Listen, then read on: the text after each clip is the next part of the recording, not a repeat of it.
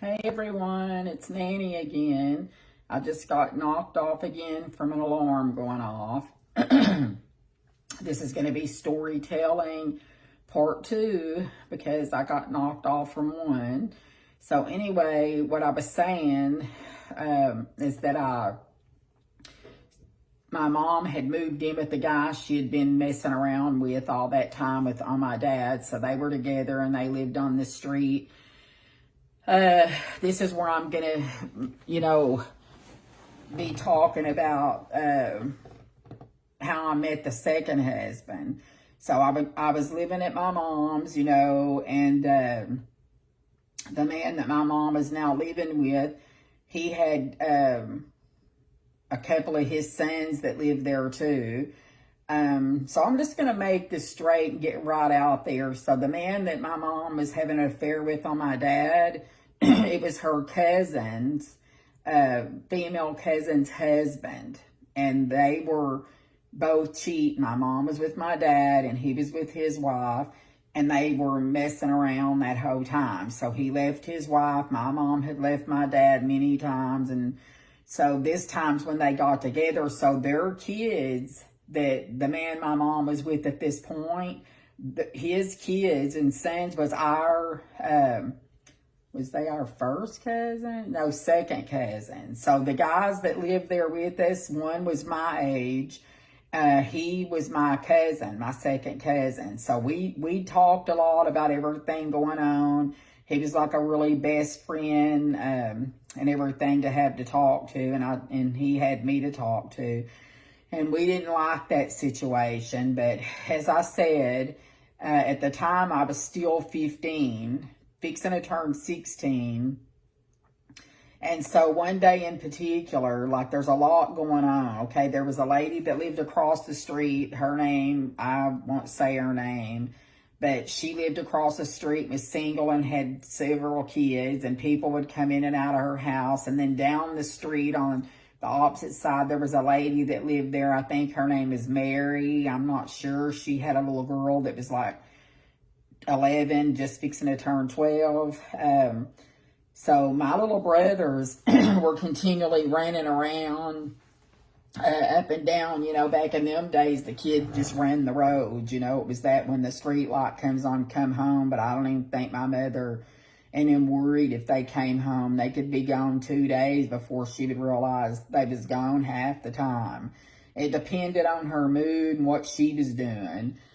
But at this particular time, I had just got out of the shower. I put on shorts and I had my hair in a towel. My mom had told me to go down to get one of the brothers. I don't remember which one of them it was. So like I said before, when I was young like that, I loved to go barefooted. I think a lot of people did back in those days, but I liked going barefooted. Again, I didn't like tight things that would explain it on my feet, socks, anything. Bras, because they felt tight, like squeezing me. So anyway, I was walking down the sidewalk, and I remember going to this lady's house because I knew that's where my brothers were. That's what my mom had told me. And as I was getting closer, I seen this big motorcycle parked out there in the front yard, and this big guy sitting on the motorcycle on the side. How they can see it when it's parked and leaning over.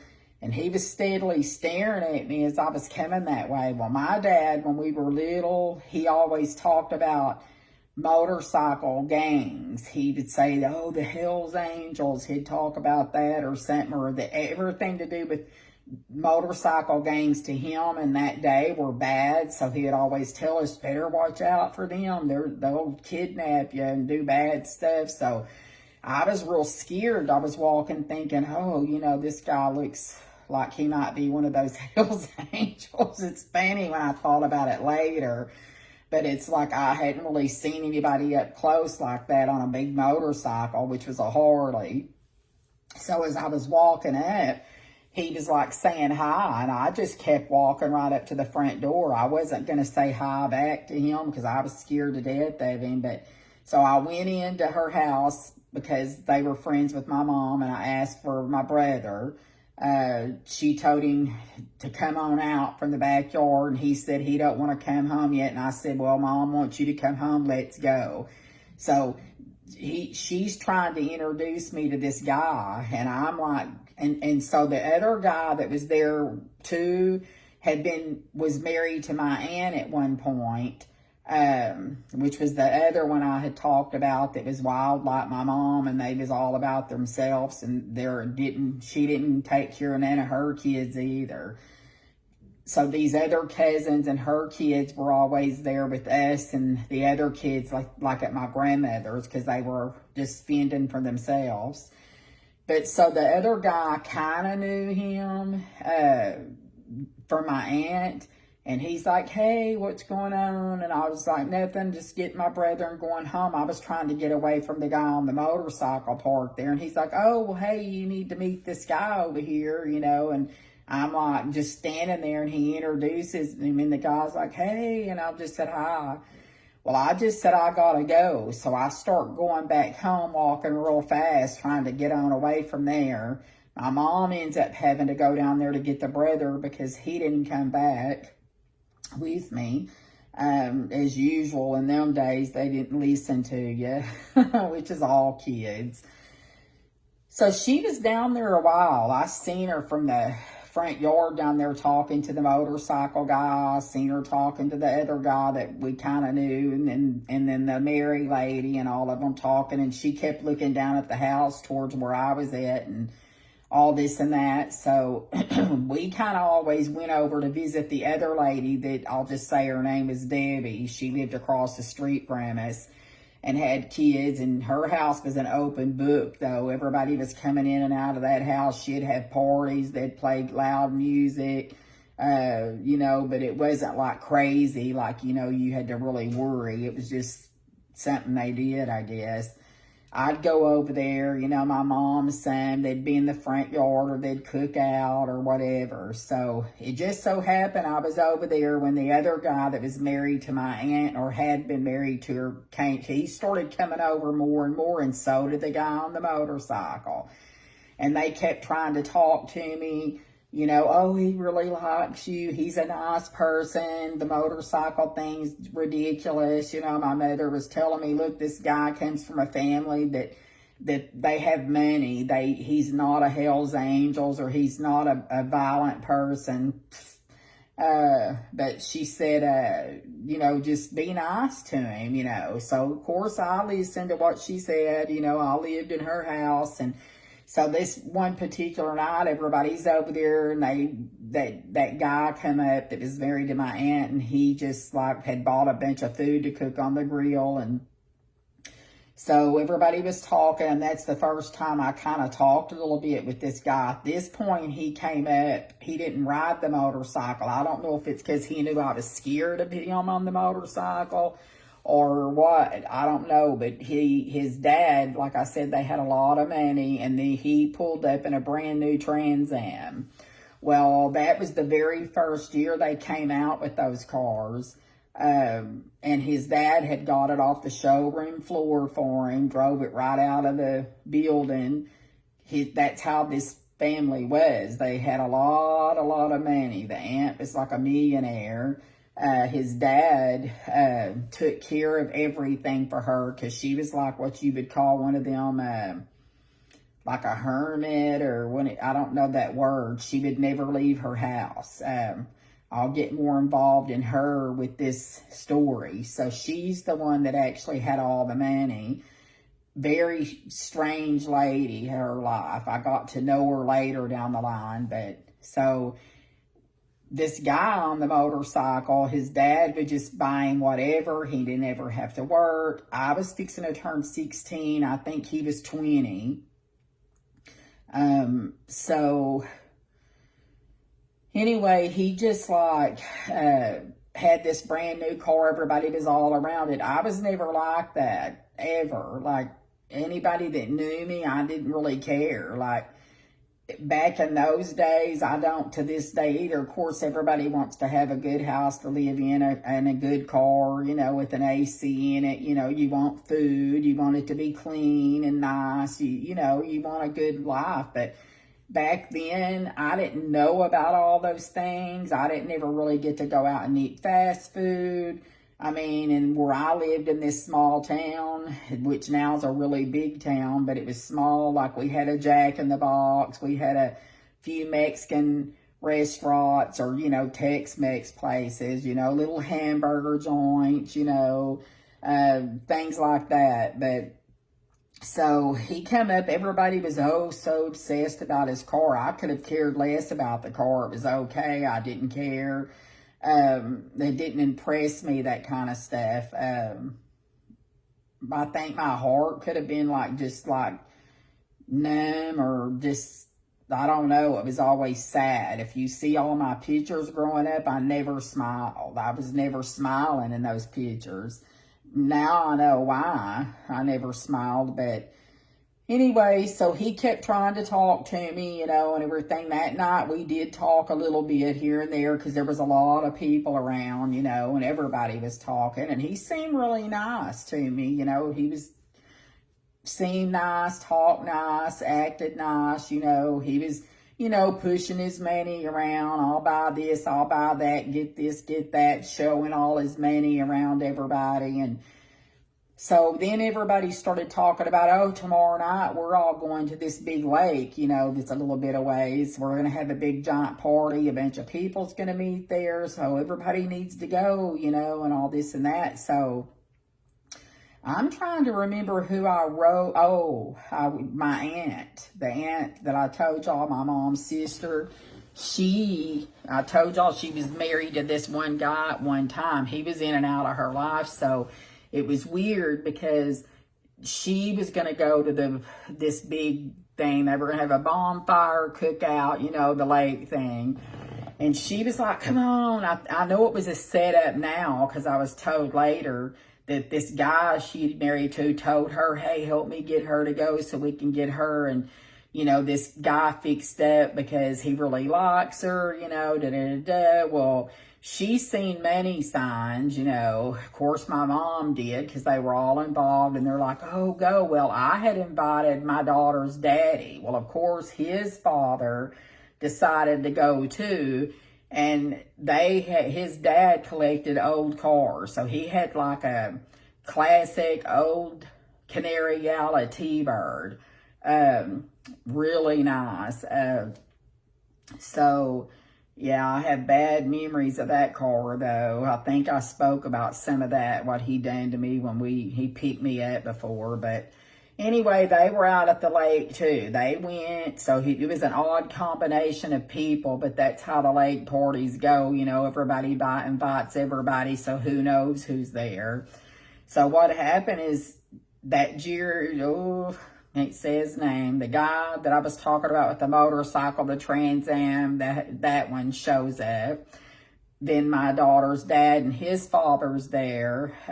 I was wondering why his dad showed up, but then again, you got to remember, I told you his dad was a molester. He molested his daughters. He tried to molest me.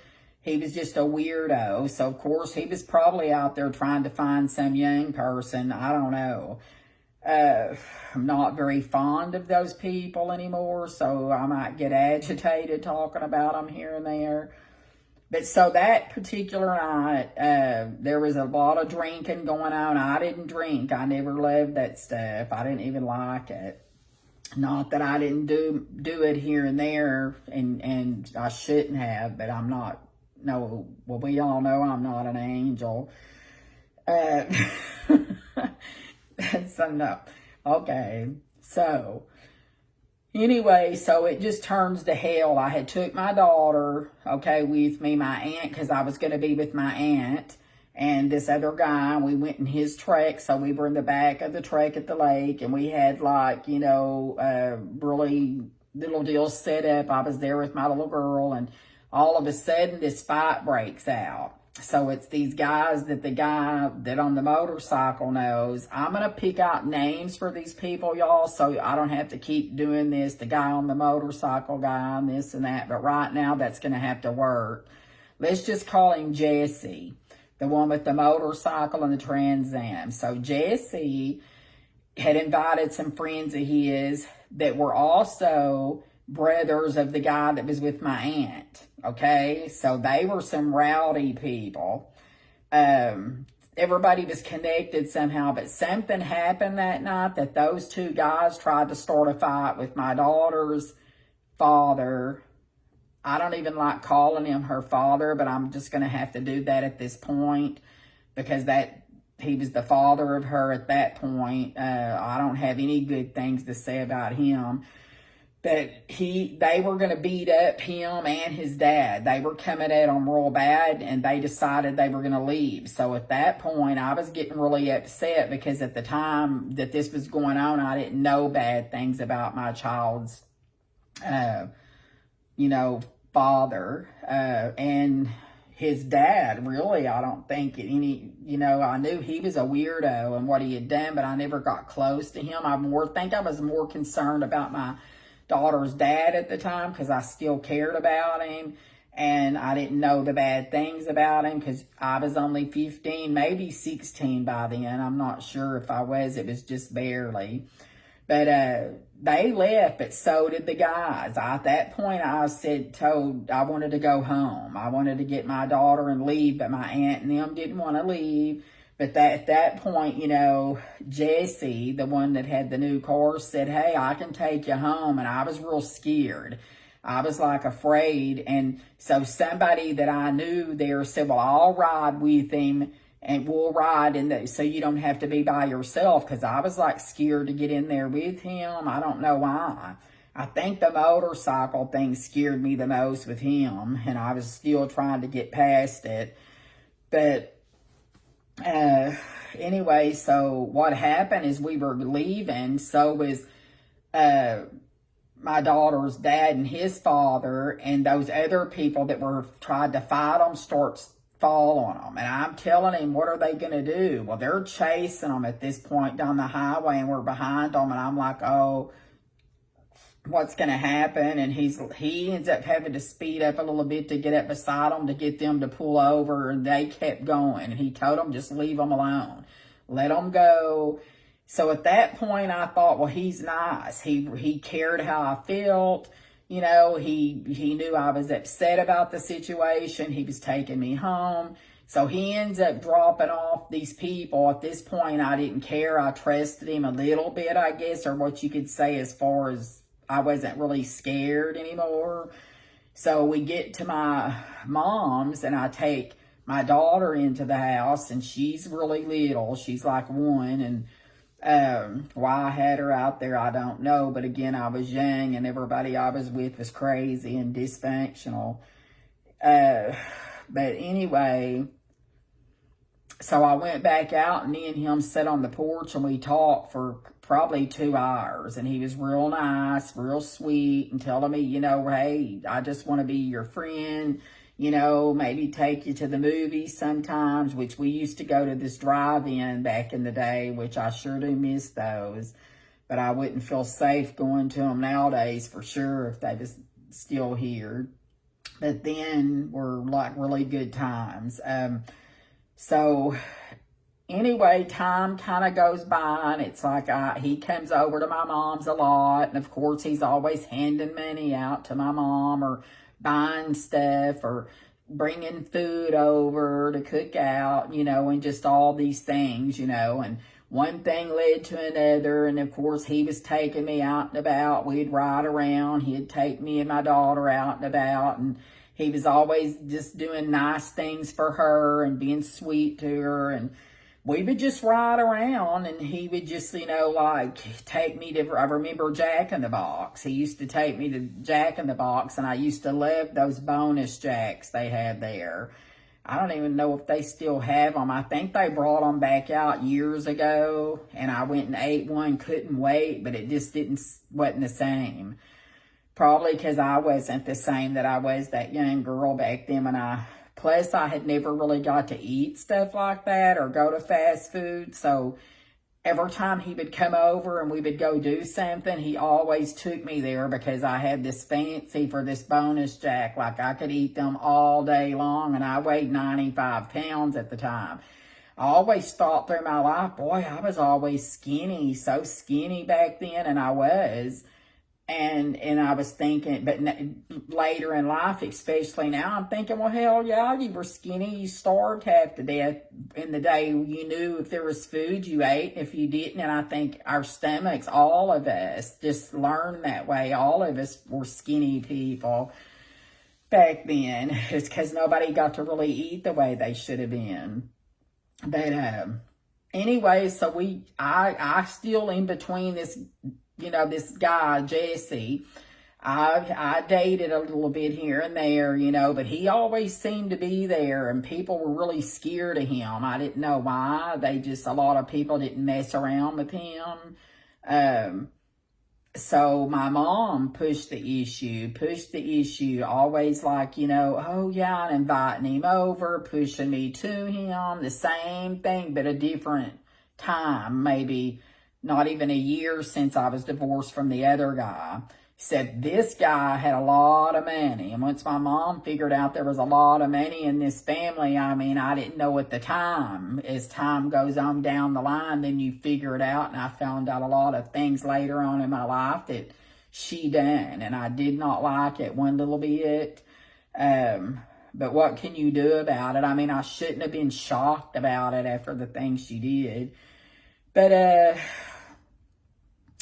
so anyway, as time went on, like I guess you would call it a date with him. I don't know, because I would go, it seemed like I was with him more and more, me and my daughter, and he took me out to meet his family, which lived in another town right outside of where, in Dallas. Oh, okay, I live in Texas. Eventually, it's going to keep slipping out. But anyway, but Texas is a big place. But anyway, so we went to meet his parents, and that's when I started learning about who his parents was, especially his father.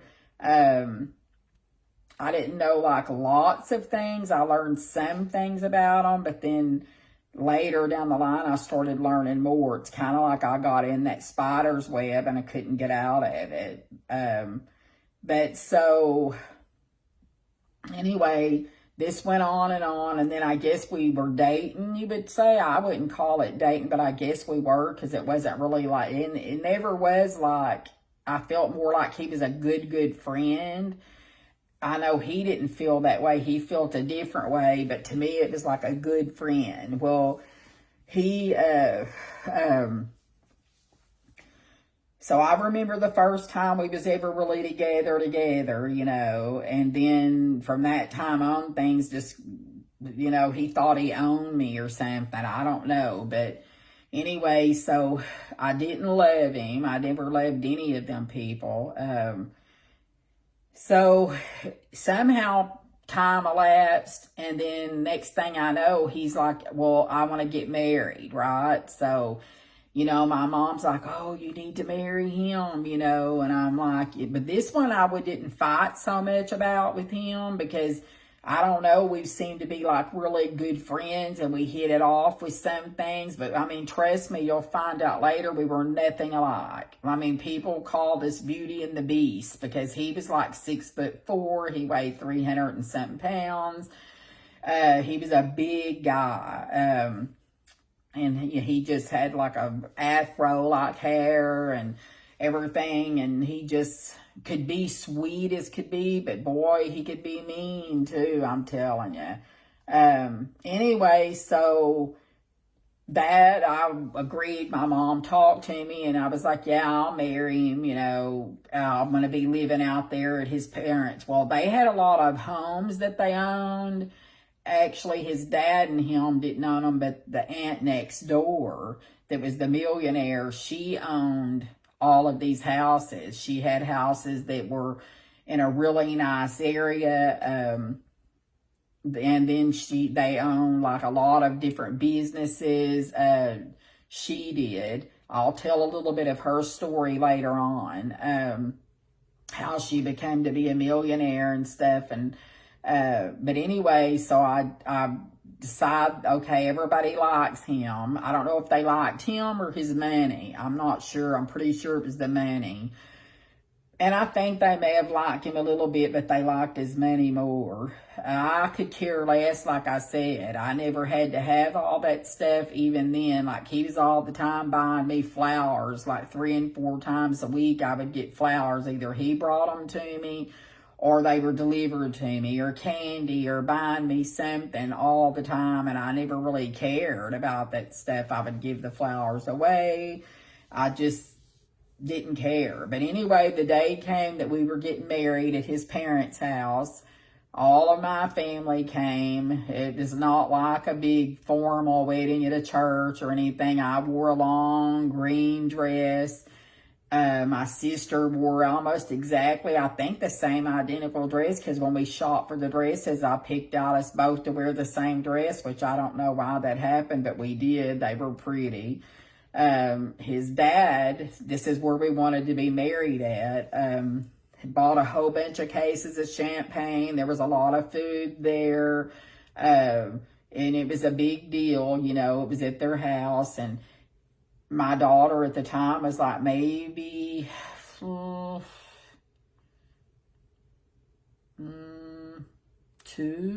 maybe 1.5. She could have been close to 2. All these things are running together, but I know she was no more than 2. Because I would have been, when I married him, I was 16. And I think he was 21 at that point, give or take. So anyway, we got married. The thing I didn't know about him was that he did a lot of drugs. Like, he was the type you kind of wouldn't know he was doing them. But he did them, you know. So we didn't move in with his parents, is what I thought was going to happen when we got married. They said, hey, y'all can pick out which one of these houses y'all want to live in, and that's where you can go live. So he picked out one of the bigger homes, really nice brick home, 3-bedroom, real nice.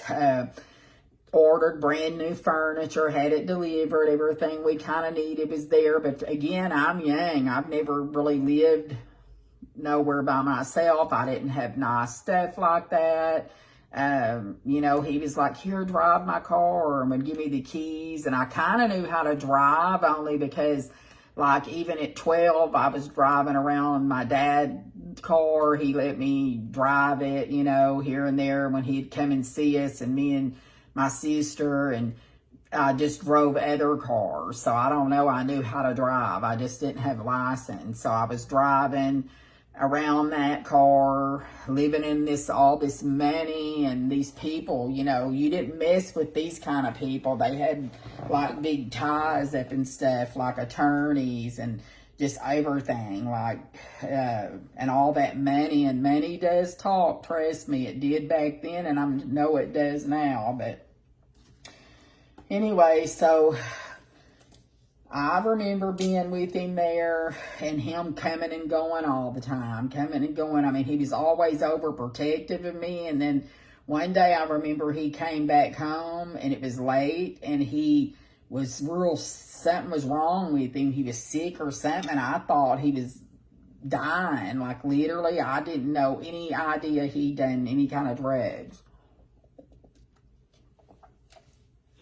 So as he was home, he was delirious, and it was probably like midnight. He was delirious, and he had woke me up coming in, and then I just noticed he was foaming at the mouth or something. I freaked out. I called his dad. I was like, oh my God, he's dying. He's foaming at the mouth. And he's like, I told him I'm going to call the ambulance. He said, do not call the ambulance. Do not call nobody. I will be there in a minute. So he gets there, and everything, and I'm crying. I don't know what to do. This guy at this point is like in the floor doing weird stuff, foam's coming out his mouth. I just know he's dying. Okay, so his dad gets there, and he's working with him, doing stuff with him, and then his brother shows up, and they're doing all these things. I don't know, and then by the next morning he's all right, and his dad, and it tells me, he took too much drugs, and I'm like, what do you mean? And he's like, he just took too much drugs, and that's what happened. That was what was wrong with him. And I was like, why would he take those drugs? And he's like, well, you got a lot to learn. And he said, you need to have a conversation with him whenever he's doing better. He said, because this happens a lot, and you need to know what's going on. So I was upset. Like, at this point, I was scared half to death. I'd never been around people like that did stuff like that. So I was like, talking, when he finally, sometime later in the day, he still was half sick. I don't know what they did to him to make him be all right. To me, he should have just died, I guess, because that was bad off. But anyway, in my mind, I was like, I'm getting the hell out of here. I'm not staying. He was like some kind of a person that was possessed, is what he was acting like, carrying on, foaming. I was thinking, oh, hell, I've got here with some kind of a devil or a demon. I didn't know what it was. I was young, never seen nothing like that. This is when I first found out about how he was. So anyway, he was telling me, he done drugs a certain way. So I'm not going to say what they were, because I don't know what I'm allowed to say on here, but I know there's ways that the hard drug people do it, and so I was really shocked about that, because, my dad had talked about the Hells Angels and which, to my dad, I don't know why he thought that. I don't know about that, if they were even a movie real or what he's seen on TV. But at this point, I'm thinking he really is not very good. He's not nice, because he's doing things with his arms that he shouldn't be doing. And I didn't know that, and it made me sick. I was like, I've got to get the hell out of this place. Well, he wasn't going to let me leave. He started being like real possessive. You ain't going nowhere. We're married. You're staying. I promise I'm not going to do this anymore. Well, I called my grandma. I called, we had the landlines back then, and I was crying, and I told her what happened, and I don't want to stay here no more. And she's like, well, I'll be right over there to get you. So she pulls up and gets out and comes in, and he starts begging, please, I'm not going to never do it again. Don't leave me. Well, I was getting my stuff, my daughters, and we got in the car, and again, we went to my grandmother's, which again was the safe haven, as I said it. So anyway, guys, I'm not going to know exactly what happened next, because trust me, there's so much went on with this, because he was in my life I'm going to have to count it up, to be honest, because there was so much going on. I mean, he was still there when my daughter was like 15, but then he passed away in a really horrific way, which we'll get to that later. But anyway, so my grandma come and got me, and things started getting rough at her house as usual. The bad stuff, the food, the hell raising, just my grandpa being mental, I just wasn't liking it. And at that point, here come Jesse, just being, sweet self, sending flowers every day to the door. I was giving them to my grandma. He was talking, calling her. He was giving her $100 here, $100 there, which back then was a lot. It's a lot of money now to me, but I'm saying back then it was really a lot of money, and they were taking this money from him. So you'll see kind of how this was going to go through my life, how he controlled my life through my parents, my mom, or anybody else, because he just handed them out money, and there was something about him too. Everybody liked him. He smoked a lot of weed. I don't know, can you say weed? I guess I'll find out, but that was like a passion. He smoked that all the time. I think he did a little bit of everything. Not that hardcore stuff, but he did the other stuff, which to me is just as bad. But anyway, so he kept coming over, visiting, coming in the night, bringing the money, bringing this, bringing out fast food to everybody. Then, to me it sounded good to go back after about a month, of living at the house with all the hell going on, and him promising the moon, Except this time I told him I don't want to live in that house. I'm not going back to the house. I was scared to death to be there. And he's like, well, how about if we stay at my parents' house? I was okay with that because I knew they would be there and things would be okay probably. So I was kind of like, okay, I'll go back there. Well, he was all happy. You know, we went back to his parents. You know, everything was going good for 2 or 3 weeks. I mean, I'm sure he was doing some kind of light drugs. I just didn't really know. He was staying there at the house more, but then this became a thing. That's when I began to know what was going on with the aunt next door, which had all the money. So I was introduced to her. Of course, she was at our wedding, but I didn't get to know her like, you know, I was fixing to get to know her. So I found out that I've seen pictures of her, beautiful lady. She married the love of her life. They were both young. Him and her bought them a little house. They decided to do a little printing thing, so they just didn't have any money. They just bought like a small printing machine of some sort. Excuse me that I don't know all the proper ways of saying these things, but that's what it was like a printing thing, and they kept it on their little back porch, and they started making a lot of money in those days, way back in the day, off their back porch doing printing and stuff. So anyway, he had to go to the military, so he had to leave, and she was there left alone, and so she kept that printing going. She kept all the work going, kept it going.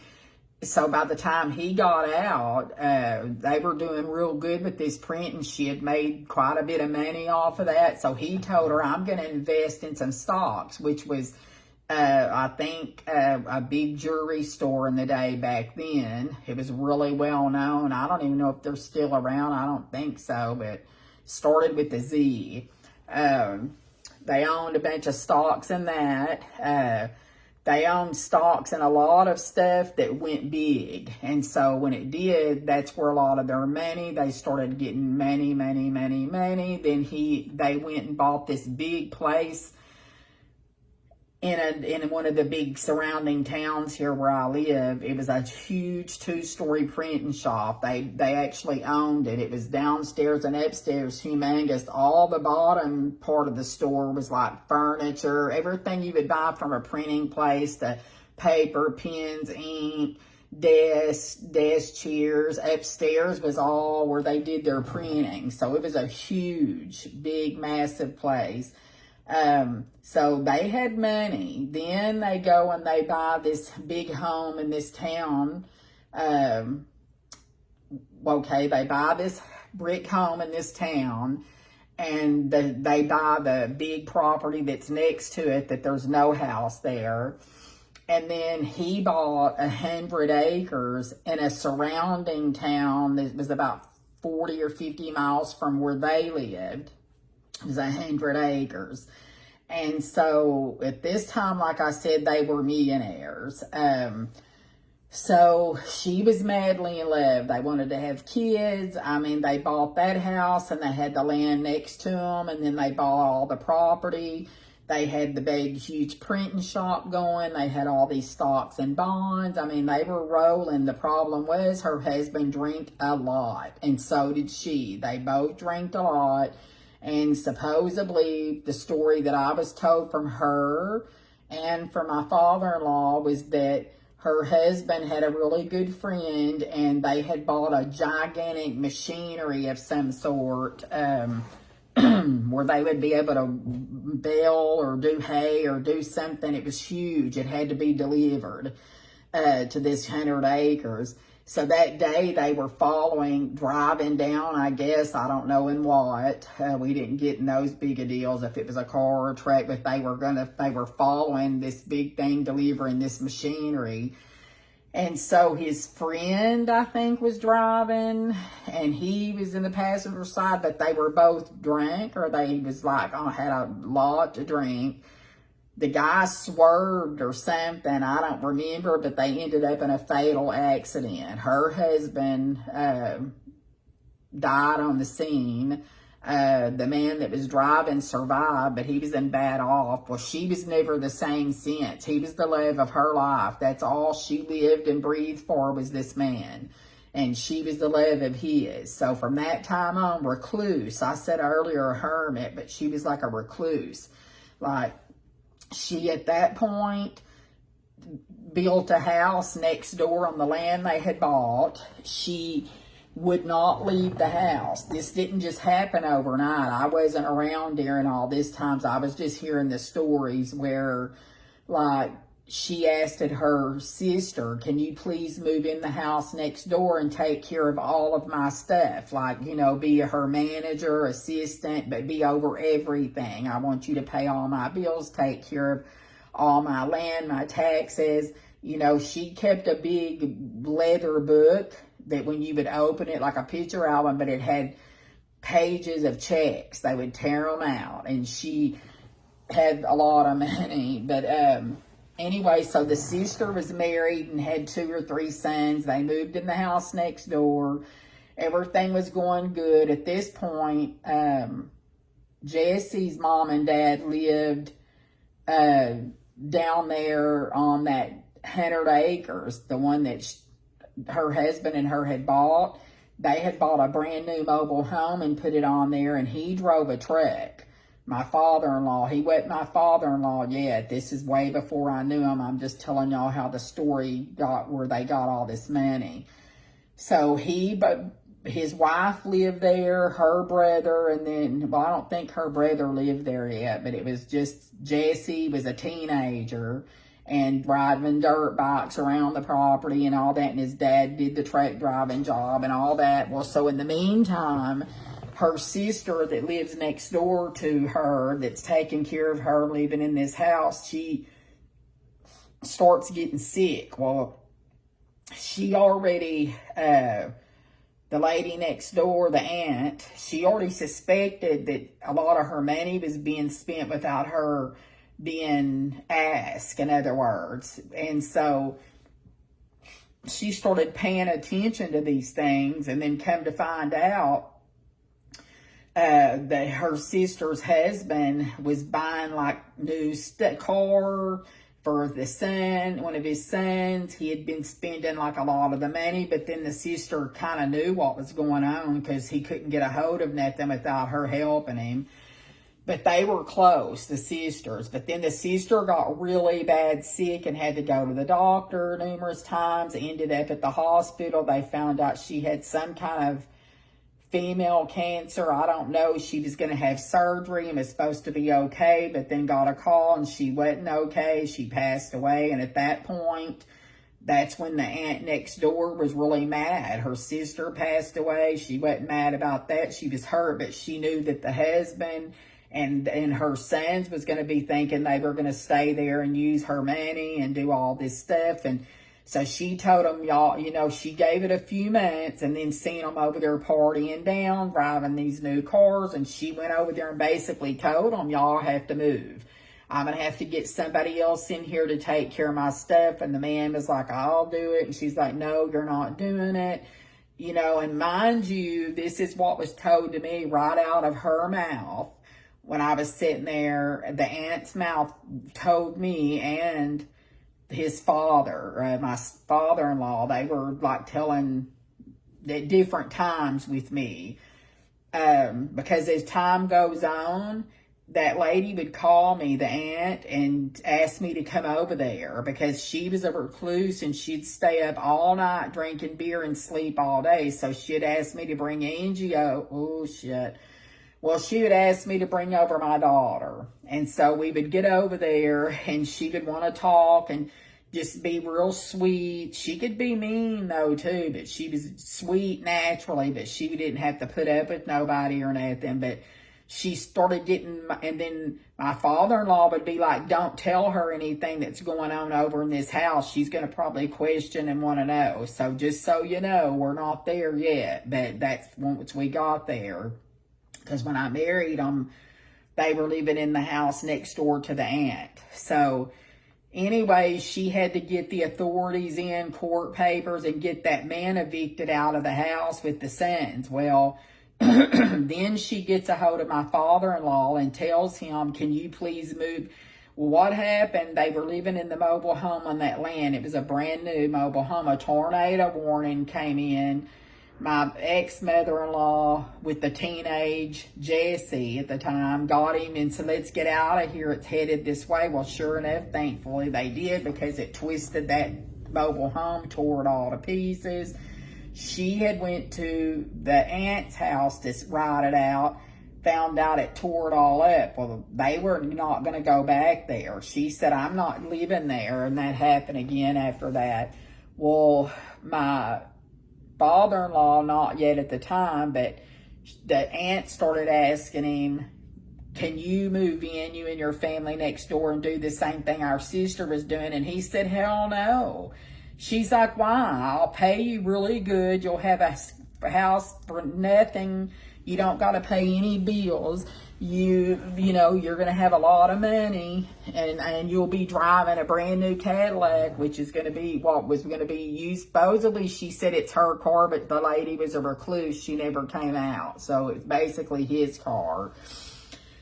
So he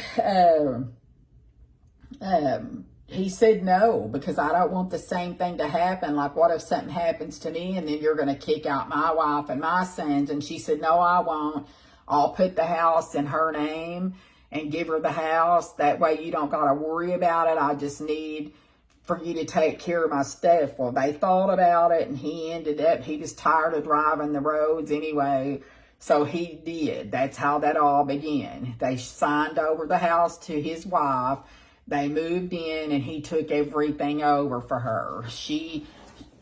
So that's how that became. Like, she wrote all the checks. He had checks and authority, but he was doing the same thing. He was writing all these massive checks, buying Jesse Harley after Corvettes, Camaros brand new, Kawasaki 900s. I mean, he would give him 1,000 here, 1,000 there. Hell, like, my daughter was 2, and he would give her $100 bill at 2 years old, or 20 here. You know, he would always tell her, we don't have pennies and dollars in this house. So what happened, I found out too, is that this father-in-law was married to Marie Barra, which was Clyde, Bonnie and Clyde. So Clyde Barra's sister was Marie. One of the sisters was Marie. And so this father-in-law of mine dated her during all that going on with Bonnie and Clyde before anything happened to them. I mean, he was there helping with them to meet up in town when the times came. I was shocked to hear all this. But he also had a lot of pictures of all of them. And what was really why I lived there and was married to Jesse, I didn't talk about my mother-in-law at the time. She was a hellraiser. Like, she was a drinker, and she was like, just could be like straight up mean bitch, I guess. I'm just going to say it, but that's what she could be. But she could be really nice too. So, but this was like a ride from hell, let me tell you. So, anyway, we were sitting there one night. Jerry was gone, and I was sitting in the floor playing with my daughter, and my father-in-law was sitting in the chair, and he started questioning me about, oh, so who's your grandpa again? What's their name? And I was telling him, their last name, and he went, oh. So, guys, back in this day when Bonnie and Clyde, back in then, and my grandpa was young and Joe Bill was young, that was like in the day of them gangsters, Bonnie and Clyde and all them running around. And so I always knew my grandpa's family, like his brothers and all of them, were pretty tough, well-known people in the place where they lived, where everybody lived in this big metroplex. So he was shocked, because he was like, when I said my grandpa's last name, he goes, did he have any brothers? And I was like, yeah. And he goes, did he have a brother that was named Red? And I'm like, yeah. I said, I didn't really ever get to know him because I was real little, but he had brothers. And he said, did he have another? And I said, oh. And he went, well, I'll be damned. He goes, do you know who your Grandpa and his brothers even were? And I went, no. I mean, what were they? Like, I mean, I was like, I don't know. And he started telling me, you know, they were really well-known people down there in that area. Nobody messed with them. He said, you know, he started telling me, you know, that one brother, my grandpa was, all of them I knew was real well-known, that they were, nobody messed with them in those days. So, but this one brother that they called Red, they all had red hair, by the way, he was sitting in one of them little, I guess, places you could sit on a bar stool and go in, and his brother, one of the other brothers, were having a beer or something, I don't know, or maybe lunch. I'm thinking it was beer that I was told.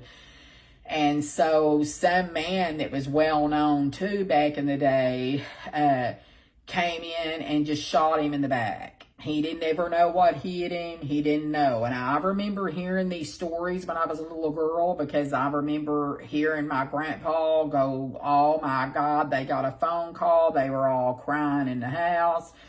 Because those two brothers we were allowed to be around, and my mom loved them. And you know, my grandpa was very close with these two brothers, and they were all young. I think this brother at the time was only 25, if I'm right, because I've been looking back at these records. That's what it shows him to be at the time, back then.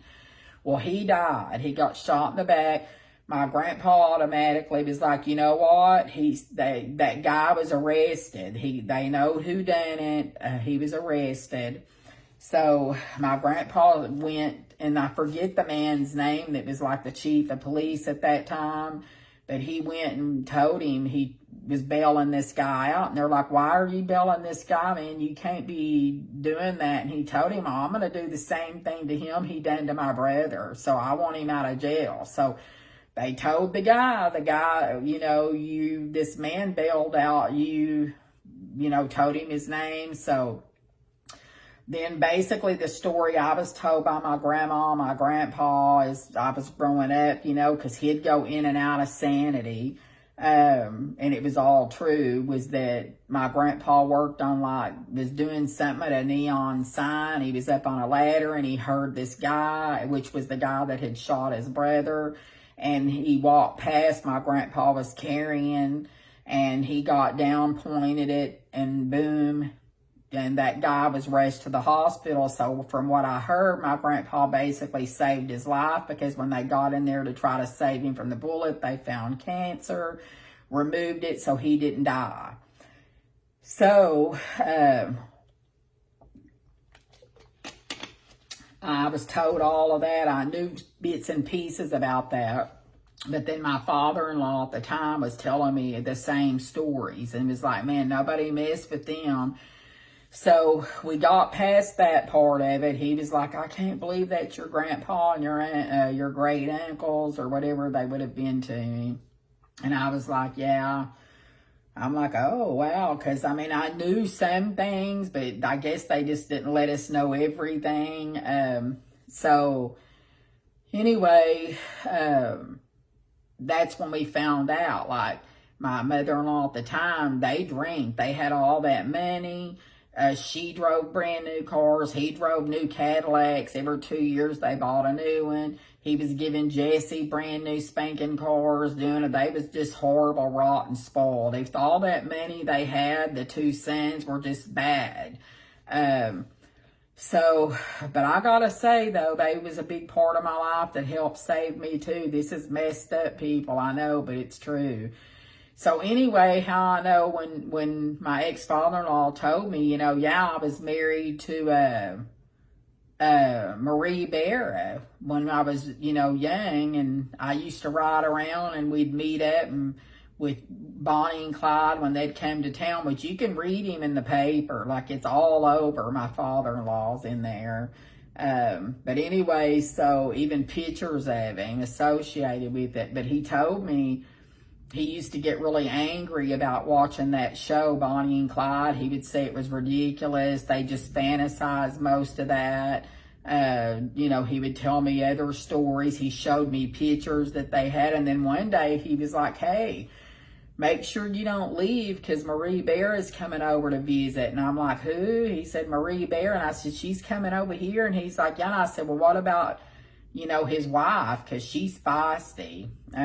He's like, well, she don't like it or like her, but it don't matter. We've remained friends through our whole life. And we visit each other. So she's coming. And I was like, oh, okay. So she shows up later. I remember she had silvery, beautiful hair, all fixed up beautiful. You could tell she done been to the beauty shop, they called it in the day. And she had, I remember her nails being just like candy apple red, beautiful, huge, massive diamonds on. She was driving a Cadillac, and they took me out there and was showing me that her hubcaps, I guess, or those things inside the tires were all gold. They were real gold. And she was like, yeah, I only drive this car when I can go places I trust. It stays in the garage with my other cars, but if I drive to, like, I'm going to go to this store or just shopping, I won't take this car because I know somebody's going to probably, take it off. And she was laughing, but she was more amazed at my little girl. She was like 2, maybe still 2 then, I would think, maybe 3, barely, if that. But she was like amazed, playing with her, and she said she never could have kids. They adopted a son, her and her husband, and she had told me, yeah, we just bought him a new Mustang. It's parked in my garage. I want to remember if she said that the Mustang was parked in the garage and they were going to give it to him for his 16th birthday, or when he graduated, it was fixing to happen, or if he had got in trouble and they took it from him for a little while. I'm not sure. For the life of me, I cannot remember. But she never got to have kids of her own, and she was like, oh, let me take your daughter home with me for a couple of days. Oh, please. I'm like, no. Like, I was real horribly overprotective, too overprotective, but I don't think I was too over that. But I was like, no, I can't do that. And she's like, well, you can come too. And I'm like, no, I'm good, So she was playing with her. And anyway, we visited, all of us, and she told stories with Joe, and they laughed, and then she left. Well, she came during the times, I know at least 4 or 5 times. And then L.C. Barra, which was his brother-in-law when he was married to Marie Barra, well, he had something wrong with him, his stomach. I think he'd had surgery. And he lived, I don't know, I want to say Cedar Creek. It was by some big lake. I can tell y'all later. I had it all written down because, this was a long time ago. I remember my father-in-law at the time saying, we're going to go see LC. He'd been sick and we're going to go visit him. And so they lived off the lake and had a boat there, and he was going to cook out on the grill for us that day. So I went with him to 2 or 3 times there, and also took one of I have a sibling, a brother about a year or 2 younger than me that got to go. So he was so excited to get to go meet L.C. Barra. So when we got there, he let all the guys go out on the boat on the lake, and we kind of just hang out and everybody talked, and Joe visited him when we left. And to me, those weren't big things at the time. I was just like, oh, wow, okay. Because when you're young like that, when you hear about those people and stuff, it ain't a big giant deal to you. But he had massive pictures, he had pictures, which I have copies of those pictures to this day. Some were packed around here. Now those pictures wouldn't be worth anything because, and what I mean by worth, I don't mean by money. At the time when I had these pictures, they would have been worth a lot of money. But then since way back then when I was with him, nobody had access to any of these pictures, or at least maybe not all of them. I know the ones when they were like, after they had been shot, there was actual graphic pictures. There were pictures of my father-in-law with them. Just a lot of family pictures that later they were getting taken and sold to the wax museum that we had in our town. And like just the people, you know, in general were giving a lot of money. But I have pictures of those. Like I said, now they're already out all in the world, all over the internet, but I still have them. So then after all of that, you know, then there was like me and Jesse would like split up and get back together and split up and get back together, because he would be like chasing me around. Like everywhere I went, he would be there. Everybody was scared to death of him. Again, he was always showing up at my grandmother's, always giving them money, always giving my mom money. I found out later, because he would always seem to know where I was, like, where, you know, and I would be like, how the hell is he finding where I'm at? Well, of course, I found out later, and my mom would tell him where I was at, and he'd give her money for telling her where I was.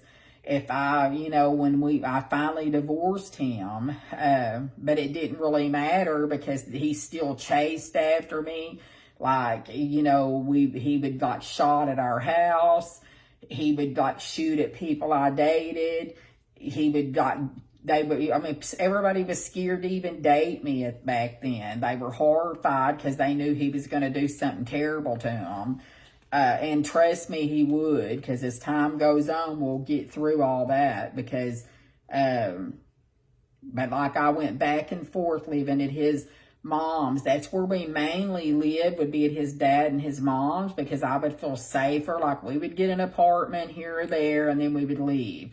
We would go live in one of the aunt's homes that she owned, but then that wouldn't work out, because I found out the more I lived with him alone, the more shit he did, the more stuff we had to go through, and I just didn't like it. So I felt safer living at the parents' house, because when he would leave on his little runs for a week or two at a time, he would go to Mexico, or he would just go out of different states, and he would do these big drug binges, and then he would come back home, and then he would be all paranoid, and then he would shower and you know, get in clean clothes, and then he would always have to have a lot of candy. I don't know why, sweet stuff after he did this stuff, and eat, and then he would sleep for 2 days, and then he would get back up, and here he would go again. But he was blowing, but his parents knew. That was the thing. They had all this money, and they knew. Like his dad would get mad at him and say, what the hell are you doing? Or if he'd get in trouble or arrested or just whatever, he'd bitch him out and say, I'm not giving you any more money. But then 2 days later or a day, he'd be handing him out money again. It just was a rewinding. Well,